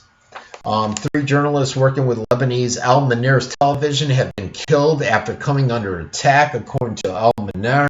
I do have something on that. I think Press TV is big in the Middle East, and they tend to get a lot of the information out there. But you gotta look at it and remember that they're a little biased. Just like when you listen to MSNBC, they're a little biased towards the liberal. Journalists from Lebanon's Al-Manar news channel have been killed after coming under fire by foreign-backed insurgents, again in the Syrian town of Malula. Reports say the victims of the attack were Al-Manar correspondent Hamza Al-Haj Hassan, cameraman Mohammed Mantash, and technician Halim Alao. The shooting came hours after Syrian government forces retook several border towns, including Malula, in the Ghalamun region bordering Lebanon. In recent months, the Lebanese television channels provided wide coverage of the fight in Ghalamun. Press TV's crew, who are covering the Ghalamun conflict, say the Al-Manar crew has been met with, the Al-Alam crew has been met with gunfire as well. Boy, if she's having a problem saying those names and the names of the cities, just think about the issues I'm having. Over 130 news providers were killed in Syria between March 2011 and December of 2013. So it's a messy situation. I don't know if they're necessarily targeting news journalists. It tends to be that journalists get involved. They're out there trying to get the story, get the picture, and they get involved in situations that are not friendly. How about Canada? Canada, it's pro-Israel government of Canada. Prime Minister Stephen Harper is making diplomatic and military preparations for military intervention in Syria. Israel is another country that's backing the militants there. Canada's national defense has drawn up at least 5 scenarios for the country's military mission in Syria. Canada recognizes a legitimate armed opposition group fighting to overthrow Assad. To justify a war in Syria, the national defense alludes to rapidly deteriorating conditions in this Syria to impact neighboring countries. And so Canada is another country, and this was something that was leaked. It was leaked out there. How about Israel? They're stating that they're in talks with a couple Arab states. Israel Foreign Minister says Tel Aviv is holding secret talks with Arab countries, including Saudi Arabia and Kuwait, in an effort to create diplomatic relations to unite against Iran. So you have, I've heard this story before. Saudi Arabia and Kuwait deny it. Obviously, an Arabian country does not want anybody knowing that they're in cahoots with Israel. And a lot of that stuff is generally done behind the scenes. Mubarak in Egypt used to do a lot of stuff with Israel behind the scenes, but then he would come out and say speak anti-Israel rhetoric. You see that a lot in these Arabian countries. Saudi Arabia's got their hands in with the militants in Syria. They obviously don't want Iran in control out there. Saudi Arabia is a country to watch, folks. I have concern with them.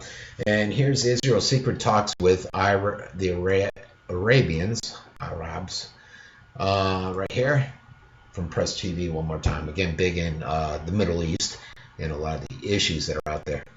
Moving on with the news, Israel says it is close to forging diplomatic relations with some Arab countries in a bid to get united against Iran.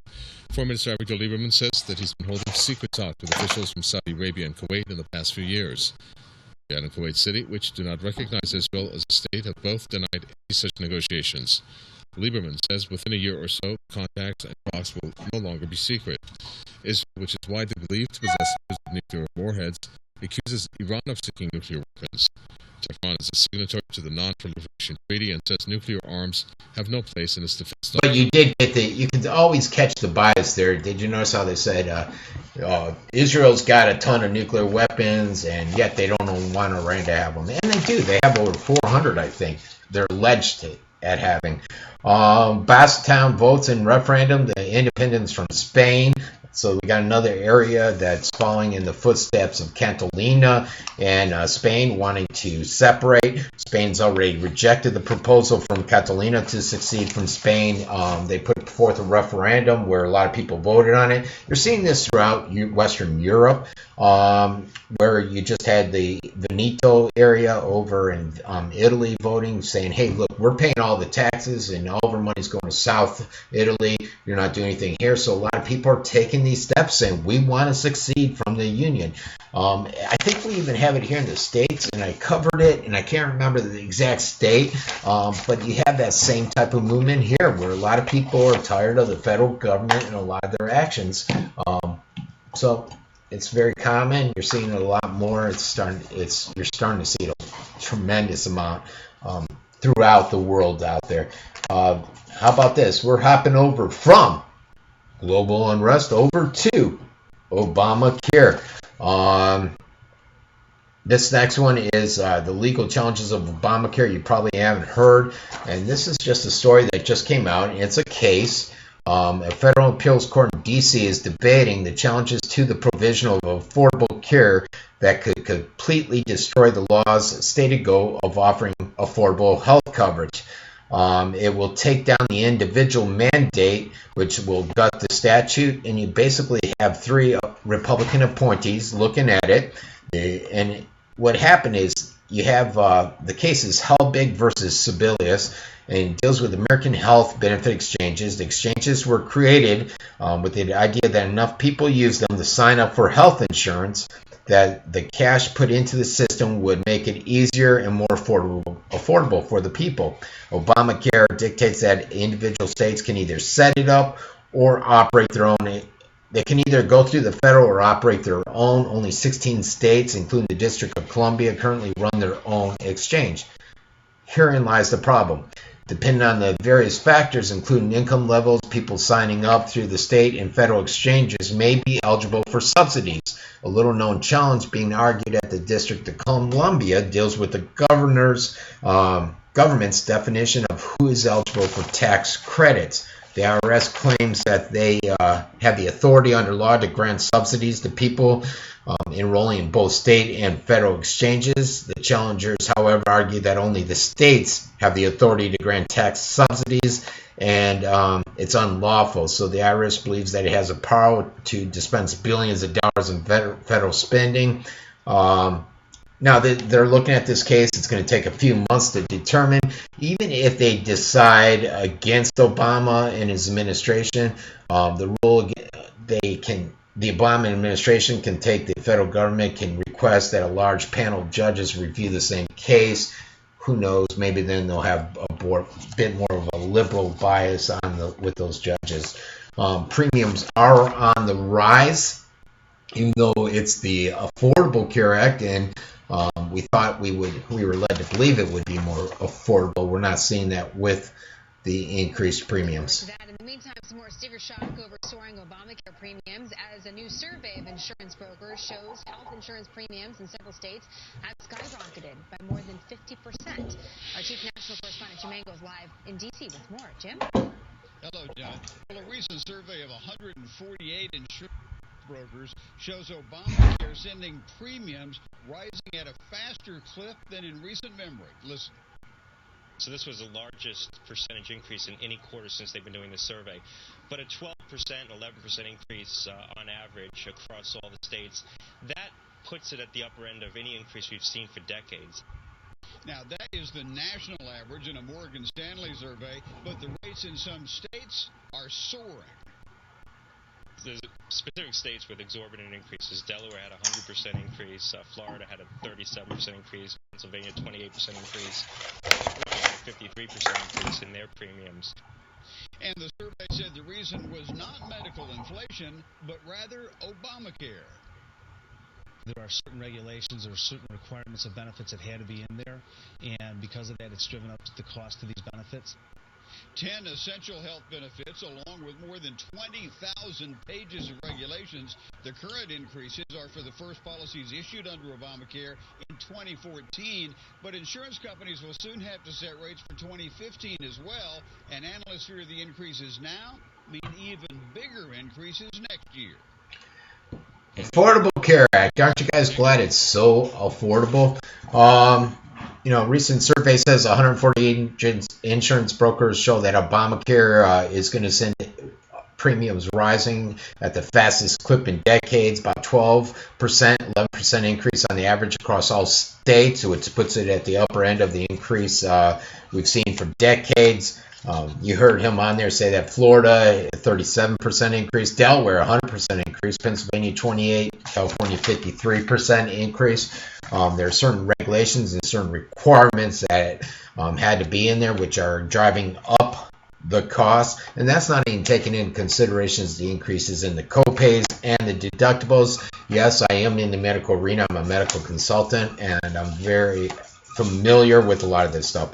The CBO also projects future premium increases over the next decade, so it's not looking good. Now, Brent Hume is coming in and saying, you know what? Republicans may be able to repeal this if certain things come into play. If the moon lines up in a certain way, they may be able to get in there and repeal. Now, he says they won't repeal it all. There's certain pieces that a lot of people out there like. They like the fact that a kid can stay on a parent's policy until they're 26. They like the pre-existing option that's out there. Making sure I'm on the right screen. The pre-existing option that's out there too. So let's hear what Brent Hume has to say about the town of D.C. never falling short of silly arguments. If it gets started. There we go. Lovely commercial. All right, let's silence that commercial. Let's see. He says that the truth is, when and if the GOP is in the position to work its will on health care, the question of repeal versus replace the nation's health insurance. Here we go.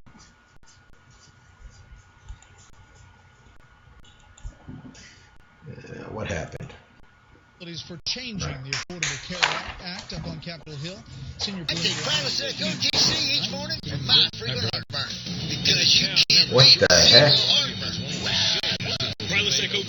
All right, here we go. Never be able or even will repeal. All right, folks. Sorry about that technical issue. Not sure what happened there. It's weird. They had a commercial start on the right screen while that was going. At Farmers, great. We get to go through the commercial again. Isn't that awesome? If you didn't know to get coverage for uninsured drivers. All right.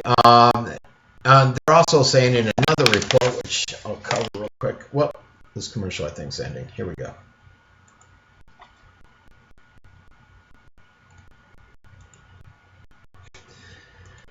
All right. I thought we were going. Here we go.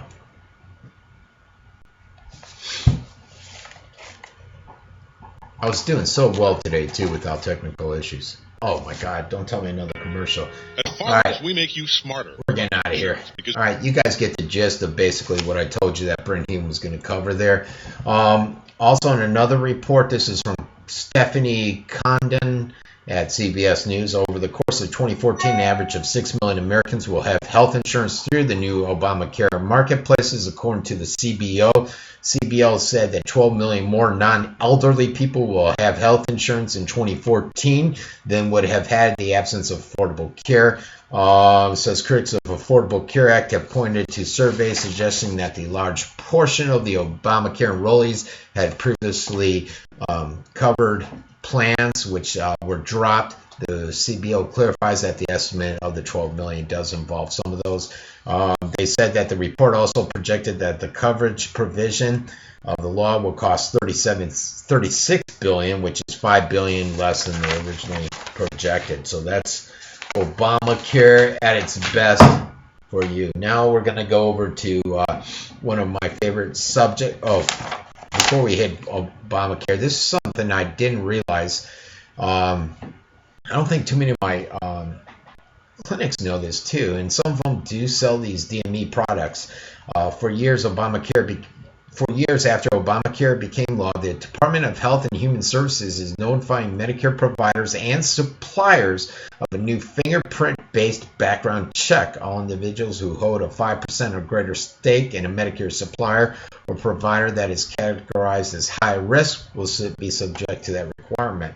So that's not going to make a lot of the clinics, suppliers, and doctors out there that are pushing DME all that happy.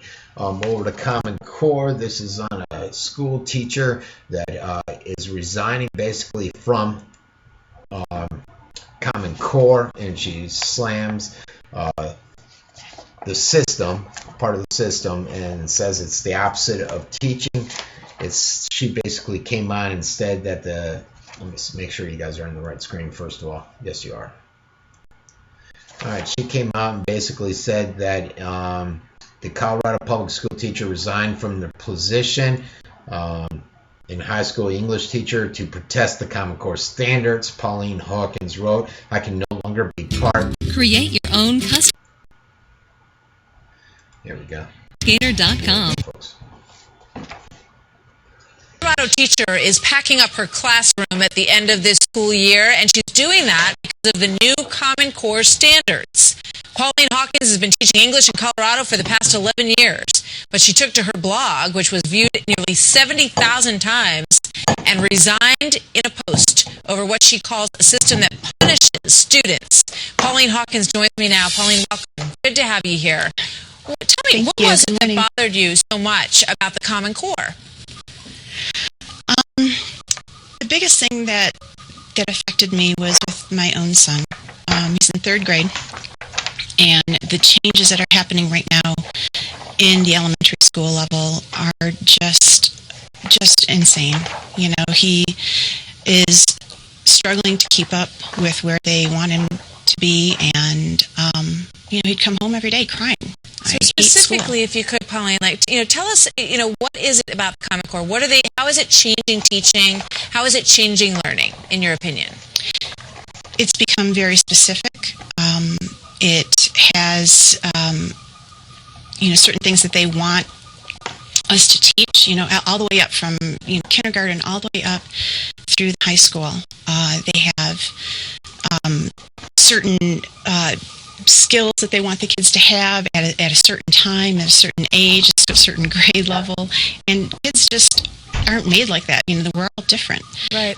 And let's take a look at a quote from your blog that got so much attention, and let's put that up on the screen, and we'll show everybody at home. Do we have that ready to go? All right, here it comes. It says, "I can no longer be a part of a system that continues to do the exact opposite of what I'm supposed to do as a teacher.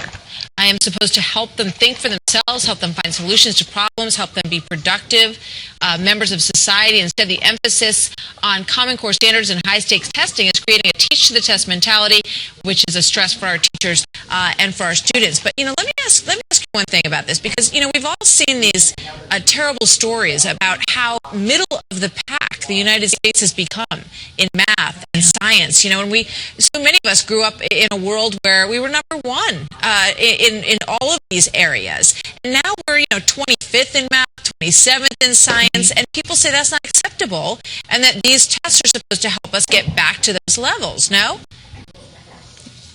That's what they have good intentions. The standards are there so that every classroom will get the right material, but it's become so rigid. And then tie that in with the standardized state testing. It's become a right answer rather than a way to think, a way to open up your minds to figure out answers for yourself. And that's what the biggest problem is. Some of the people who complain about the Common Core say that they feel like the federal government is mandating to the states, but the federal government says no, we're not. They claim that's not true. What do you say based on your own experience? How is it really working? It's not working very well at all. We are. What's happening is we are just inundated with data collection. We have to constantly fill out forms and collect data on students and collect data on teachers. And, it's taking up a lot of time. It's creating a lot of stress, time that we could be spending with our students or creating lesson plans, better things to help them think for themselves and to, just become healthier individuals, and it's just it's taking away from our classroom. Pauline, thank you. Others have also done these public resignations. We thank you for being with us today. Interesting. All right, so there you have it. A lot of teachers are upset with this, with the whole Common Core initiative out there. A lot of parents, a lot of students, myself, I'm not a fan of it at all. And, I'm not going to beat it. I've played, I think, every single day. I've talked about Common Core and some of the negativity behind it. And it continues. So hopefully Florida will pull out of it. I don't see that happening like Iowa. But, you can always hope. There's always hope. This is the part of the show where I realize I'm running short on time, so I'm going to start jumping all over the place. This is on Surveillance Grid, and the smartphones are fading. Wearable are next. Let's go to that story. See how I bypass a bunch of stuff here. Privacy right here. And this is basically on the beginning of the Orwellian Minority Report, reporting future consumers will be adorning themselves with wearable technology that will leave. Let's see if I can get this CBS video to play. That will weave an incredibly detailed picture of their lives. A cloud of information will float around your heart rate and much more. And I actually almost bought one of these products, and I decided not to. It was a monitor where you would go in and it checks your heart rate, checks when you're sleeping. And I'm like, well, who's getting this data? And that's one of the reasons why I decided not to, because a lot of this data does go elsewhere. And you don't think it does, and it doesn't look like I'm going to get the story up there too quick, so I'll just continue talking. You basically can sync it with your phone, and people have access to their phones. I covered numerous times where people can go into your iPhone. You won't even realize that the data's in there. And McAfee, actually, John McAfee has a device out there for Android where it will look at all the apps that are in your phone, and it will tell you if these apps have accessed your camera without you knowing it, if it has accessed your data, etc., without you knowing it. And he says what's happening is a lot of people are signing these user agreements, or they're just saying accept without reading them because they're so long, and you don't realize that they're going in and taking all of your information, or that they're taking pictures of you. Your camera right now, I'm looking into my laptop, the light's on, I know I'm filming, I know I'm sending this out live, but a lot of times now it's been proven and documented on record that government agencies, even people with the know-how, the knowledge, can go into your computer and watch you. I think I showed one time where somebody was into a cable box, and they were able to watch the lady and communicate with her on the cable box, and then the news show came out there, and it happened while they were there. And the guy was sitting there watching because he was able to get the IP address and hack into the lady's box. I think I put that on the show like 2 weeks ago. We actually showed the film where this was all taking place. But these wearables are sold at the public, and it's sold as a means of making your life easier, like the Google Glassware. This kind of personal data collection through wearable technology could become commonplace. And again, they're trying to get you to accept that it's commonplace, and you're not realizing that all this data is being accepted. Medical devices like insulin pumps and pacemakers are already been hacked into. New vehicles are vulnerable to hacking as well. So you just got to know about this as you're purchasing this stuff, so that you're aware of it. This next one I found real interesting. It's on fracking, and I covered on in Wyoming. I think it was Thursday or last Wednesday show, where Wyoming was concerned because they were having this huge, significant uptick in earthquakes, and they started wondering, is it because of what's going on? And somebody said possibly from the fracking. Well, now you got an Ohio geologist, and because I'm skipping around, I'm going to pull up this report as I try to find it. Good, it's on YouTube. An Ohio geologist, and I think there was 2 of them that came out and said that they believe it is due to the fracking that is taking place in Ohio. That the uptick in earthquakes are in Ohio. So let me try to find that real quick as this story pulls up. Hopefully it will pull up. There we go. All right. Ohio geologists have linked minor earthquakes to rock formation underneath the Appalachians to hydraulic fracturing, a first in the state. The state is offering new permit rules for some areas targeting for oil and gas development. The state investigated 5 small quakes that occurred last month near Youngstown, finding... Let's see if we can get this to go. Come on. I'm having some major bandwidth issues today, it looks like. Here we go. In northeastern Ohio, work was suspended this week at 5 wells used to dispose of wastewater from oil and gas drilling.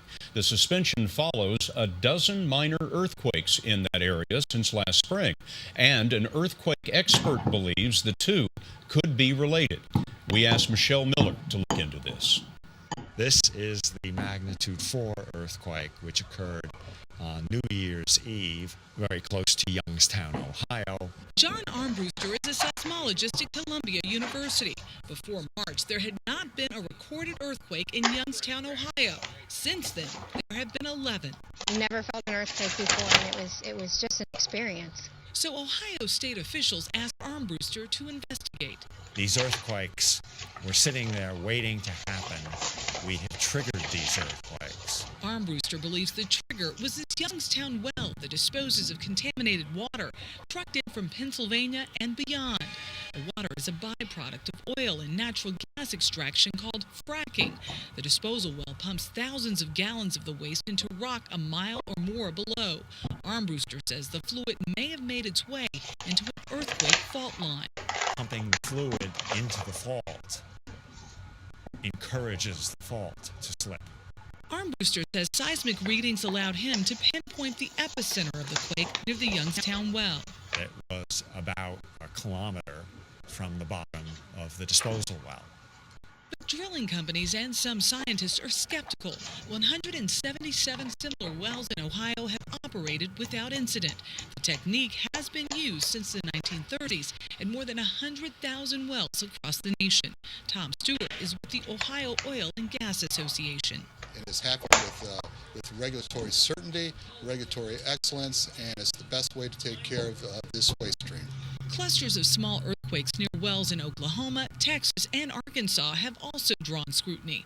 Art McGarr is with the U.S. Geological Survey. First of all, the location of the earthquakes is quite close to the wells. Secondly, the timing of the wastewater injection also coincides with the earthquakes.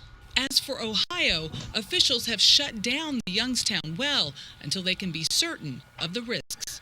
Michelle Miller, CBS News. So it's interesting, and I've actually been pro fracking. I've never really had an issue about it. I haven't gone in either direction, but this is a concern. It might be a valid concern. What say you? Now, I know I didn't open the phone lines because I knew I wasn't going to have any trouble today. But if you ever want to post something, if you want to say I'm full of garbage, if you want to say you don't buy into this whole fracking thing, feel free to email me. If you want to do it anonymously, I'll post it anonymously. A lot of people you can, with my local media, know that I do anonymous. But put your opinion out there. If you think I'm an idiot, I'll put it on my page. I have no problem putting it out there if it's covering the issue and it's a viable debate that you want to discuss. This next one is on the Gulf of Mexico, which bothers me because I live here on the Gulf of Mexico. I surf on the Gulf of Mexico. I'll be out there surfing tomorrow on the Gulf of Mexico. And this is on the bottlenose dolphin. Wow, that started up quick. So let's listen to this. It's quite concerning regarding the oil spill out in... Let me see if I can silence the music part. Out there, devastating Deepwater Horizon oil rig explosion still making a toll on wildlife 4 years later. The disaster spilled more than 200 million gallons of oil into the Gulf of Mexico. A new report dismissed the BP as politically advocacy and not science, says a record number of bottlenose dolphins and sea turtles are dying as a result of the disaster. The report, let me see if there's any running yet. No. The report issued report issued by the National Wildlife Federation. This represents the U.S. government's investigation into dolphins' deaths, according to BP. The report also conveniently overlooks the information available from the independent scientific reports showing that the Gulf is undergoing a strong recovery, according to BP. Doug Inkley, senior scientist at NWF, disagrees. The oil's not gone. There's oil in the bottom of the Gulf, oil washing up on the beaches, and there's still oil in the marshes, he told The Guardian on last Wednesday. According to the research, dolphins swimming in the areas where oil is still present are underweight, anemic, and suffer from liver and lung disease. Sick animals like dolphins, Inkley stressed, are indicative of a serious problem throughout the food chain. Every single oil spill, around 500 dead turtles have been found in the disaster area. So let's go ahead and listen to the music.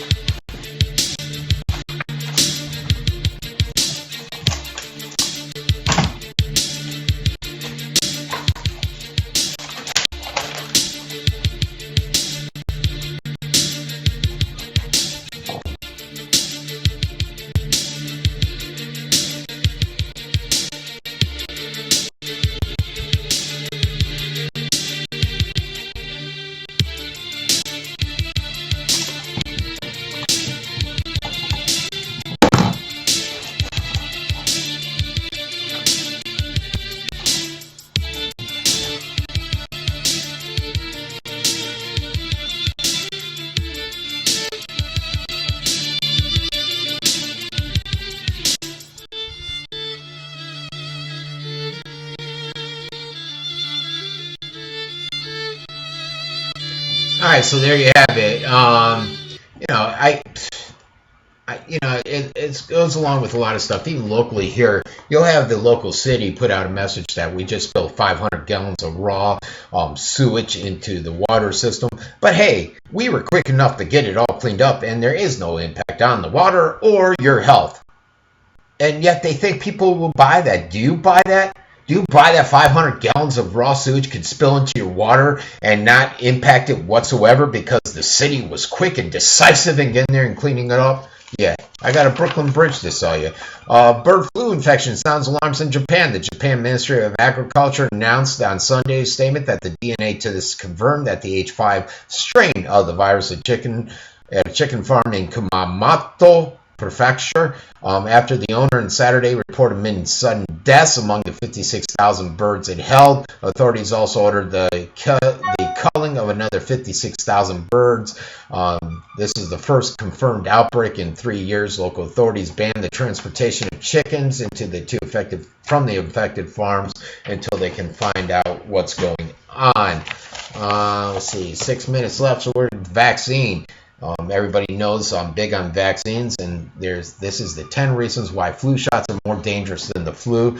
There's a total lack of real evidence that young children even benefit from flu shots. A systematic review of 51 studies involving 260,000 children ages 6 to 23 months found no evidence that flu vaccine is more effective than a placebo. Medical journals have published thousands of articles revealing that injection of vaccines can actually lead to serious health problems, including harmful immunologic responses. Every noticed how vaccinated children within days of a few weeks develop runny noses, pneumonia, ear infection, and bronchitis. The reason is the flu virus introduces these into their bodies, which creates the symptoms.